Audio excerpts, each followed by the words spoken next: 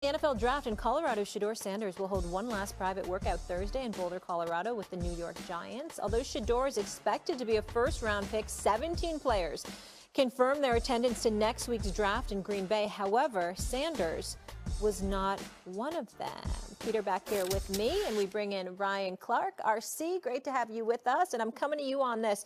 Ryan, where does Shedeur need to go?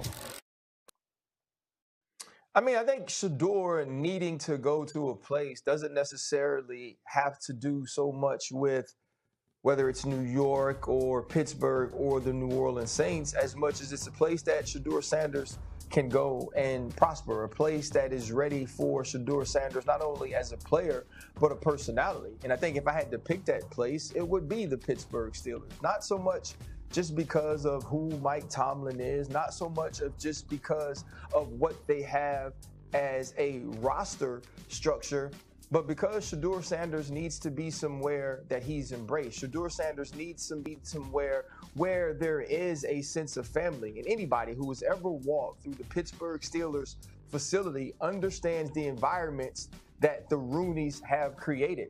That's a place that's all about championships. It's not about how big can your personality be. It's not about how much of a brand you can build. It's about how do you help this organizations win another Lombardi trophy. I believe that takes pressure off of Shedeur. I believe you put him in a place where he won't be the biggest personality. And also you surround him with people that will do whatever they need to allow him to succeed as a player and a person. And that's the sort of environment, especially at Jackson State, especially at Colorado, that he's used to. Everything he has ever done as he has gone to a program and he has lifted them to new heights. He did that at Jackson State, he did it at Colorado. I will say this. The news came out, and Adam Schefter broke it, that the Giants will be flying to Boulder, Colorado, and have a private workout with Shedeur on Thursday. This is not nothing. This is a team that sent 13 different people to his pro day a couple of weeks ago. They had a top 30 visit, and they had dinner and took him out in New Jersey. Joe Schoen himself has been to multiple Colorado games and went to a Colorado practice. I would not just dismiss this as window dressing 9 days from the draft, especially with the fact they have 150 to 200 prospects that they want to go through and build their big board, and yet multiple members of the Giants organization are flying to Boulder, Colorado to get another conversation and another private workout with Shedeur Sanders. All that said, gosh, I'm with Ryan Clark on this one. If you could pick an ideal spot and ego aside of slipping in the draft all the way to the 20s and what that might mean to not only Shedeur, but to the family that, hey, look, here is a guy that's being hyped up and in my mock draft as second or third overall pick, goes in the 20s to Pittsburgh. If you can swallow that pill, there is no better place for Shedeur Sanders than to go to Pittsburgh, and that is irrelevant of whether Aaron Rodgers is there or not. Pittsburgh is a stable organization, and he is not going to be asked to suddenly do it all on his shoulders. He is joining an organization, a franchise, a coach, and star players, and guys like T.J. Watt, and guys like Minkah Fitzpatrick, and of course guys like Cam Hayward, who are leaders in this league, where he can learn from and help take them to the next generation.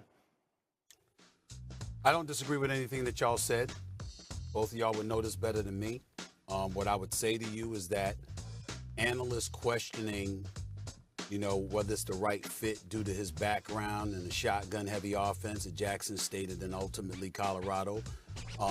We all know what his life was like for him playing behind a weak offensive line his first year in Colorado. He almost got slaughtered, for crying out loud. It got to a point where Deion Sanders wasn't just a coach, but he was a daddy, needing to look out for his son because he was getting slaughtered. That's how weak the offensive line was the first go-round before it improved last season. I want to get to a bigger discussion, and I'm so glad that both of you are here, especially you, RC. I spoke to Peter about this yesterday. I'm going to bring this up again. I'm very uncomfortable with what has happened with Shedeur Sanders. I understand it's the NFL draft, and I understand things happen, and you evaluate, you scout, you see what you see. I get that part. We talked about Cam Ward. We went literally from talking about whether or not him or Cam Ward should be the #1 overall pick, to Shedeur Sanders being a top 3 pick, to Shedeur Sanders possibly falling to number 6. Then we hear number 9 at New Orleans. Now we're talking about the Steelers at number 21. What the hell happened? Last time I checked, he ain't playing any, he ain't playing any games. Had a pro day that went pretty well. What did he do to drop? And see, I listened to you. I've listened to Prime speaking about this in the past. And of course, Louis Riddick speaking about this. And here's the thing that I want to use this as an opportunity to remind everybody. Primetime Deion Sanders might be the greatest athlete, clearly one of the greatest athletes that we've ever seen in history. Best cornerback ever. We got that part. You know what Ryan Clark and Louis Riddick and others raved about?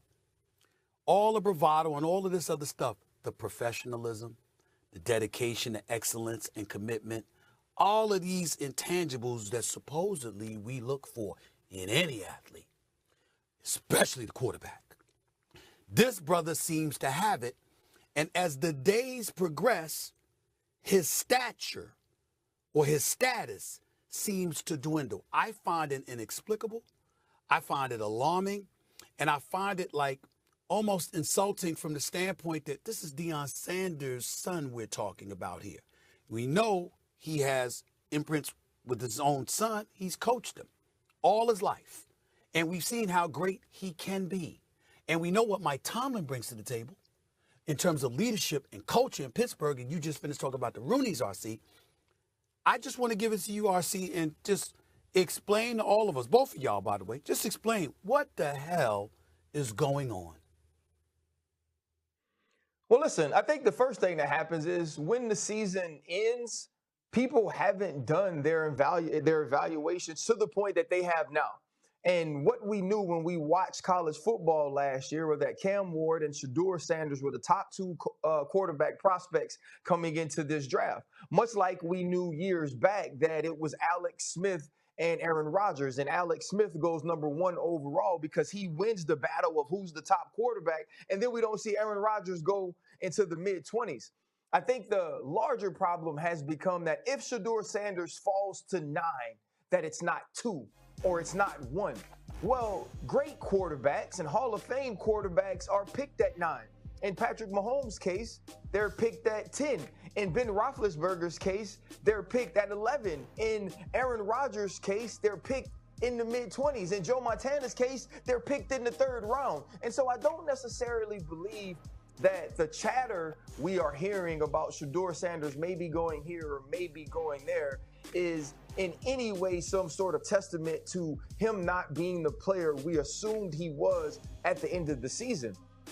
Mel is making his mock because he's talking to people. Field is making his mock because he is talking to people. And it may be that Travis Hunter at 2 for Cleveland is the best player, that Abdul Carter at 3 for the New York Giants is the best player. That doesn't mean Shedeur Sanders isn't going to be really good. And if he falls to 9 and that's the New Orleans Saints, that's still a great place for Shedeur Sanders. Here's to me the difference between Shedeur and somebody like Jayden Daniels, who goes #2 last year behind Caleb Williams. Jayden Daniels had some things that you just cannot teach.